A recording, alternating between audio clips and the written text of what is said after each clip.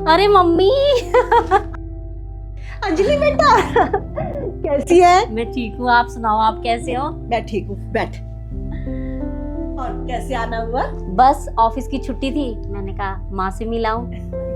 बहुत अच्छा किया, मुझे भी ना तेरी बहुत याद आ रही थी। अच्छा माँ, और पता है आपको, मैं घूमने गई थी और आपके लिए देखो, मैं भैया के लिए शर्ट लाई हूँ, आपके लिए साड़ी, ये देखो भैया के लिए शर्टें, और आपके लिए ये साड़ी लाई हूँ। अरे बेटा बहुत अच्छी है।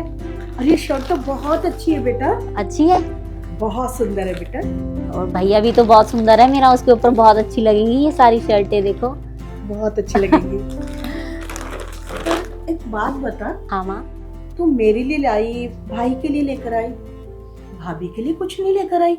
भाभी के लिए? भाभी के लिए क्यों? भाभी का नाम मत लिया करो माँ आप। भाभी के लिए कुछ नहीं लाई मैं। आपको पता है ना वो मेरे से कितना जलती फूकती है, उठती रहती है, इसलिए मैं उसके लिए कुछ नहीं लाई। आपके लिए लाई हूँ, भाई के लिए लाई हूँ, आपको खुशी नहीं हुई क्या? अंजलि बेटा, तूने जो गलत फहमियां पाली हुई है ना अपनी भाभी के बारे में, उसे अपने दिल से निकाल दे। नहीं नहीं माँ, वो ऐसी ही है। आपको याद नहीं है क्या, जब मेरी शादी नहीं हुई थी तो वो कैसे करती थी, कैसे जलती रहती थी मेरे से, कैसे कुड़ती थी, आप सब भूल गई क्या? मुझे हॉस्टल बाहर पढ़ने जाना था तो भाई को कैसे उसने मना करवाया, भाई से बोल के। अरे बेटा, तेरी भाभी तुझसे बहुत प्यार करती है, और आज तक ना जो तेरे लिए किया है ना तेरे भाई ने, वो सिर्फ तेरी भाभी के कहने पर किया है। तेरी भाभी तेरे लिए दीवार बन के खड़ी रही है। तुझे बाहर पढ़ने जाना था ना, तो तेरे भाई ने मना किया था।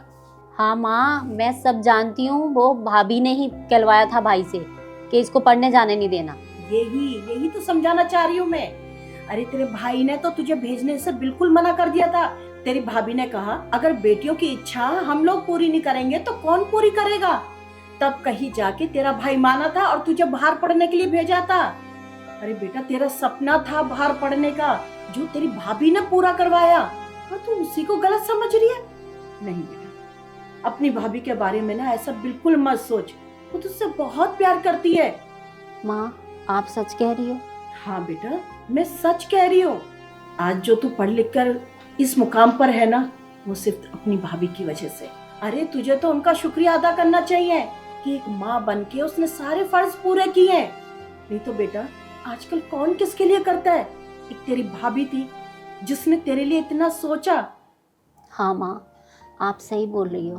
पता नहीं मैंने भाभी को लेके अपने दिल में क्या क्या गलत फहमियाँ पाल रखी थी, पर माँ आज आपने मेरी आंखें खोल दी, मुझे समझा दिया कि जैसे भाई हमारे लिए ज़रूरी है, वैसे भाभियाँ भी हमारे लिए ज़रूरी है। अगर भाभियों को खुश रखेंगे तभी भाई खुश रहेंगे। माँ, आपने मेरी आंखें खोल दी आज।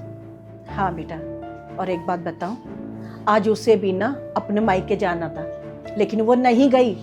वो कह रही थी आज मेरी नंद आएंगी, इसलिए वो रुक गई और तेरे आने का इंतजार कर रही थी। और बेटा, जब माँ बाप नहीं रहते हैं ना, तो मायके के दरवाजे ना भाई भाभी से ही खुलते हैं। इसलिए कभी उनका अनादर मत करना, उनका अपमान नहीं करना, हमेशा उनसे ना प्यार से बात करना, तभी बेटियों का मायका होता है। समझी? ले, तेरी भाभी आ गई।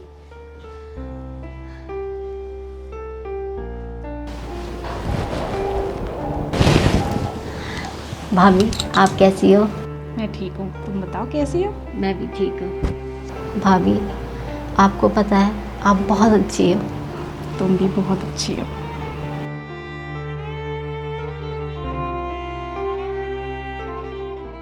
ये स्टोरी में आपके लिए ये मैसेज था कि अगर आप अपने भाइयों से प्यार करते हो तो भाभियों को भी उतना ही इज्जत मान सम्मान दें, ताकि बदले में वो भी आपको उतना ही स्नेह और प्यार दे सकें, बल्कि भाइयों से ज़्यादा भाभियों को प्यार करें। अगर भाभियाँ खुश तभी तो भाई भी खुश। नमस्कार।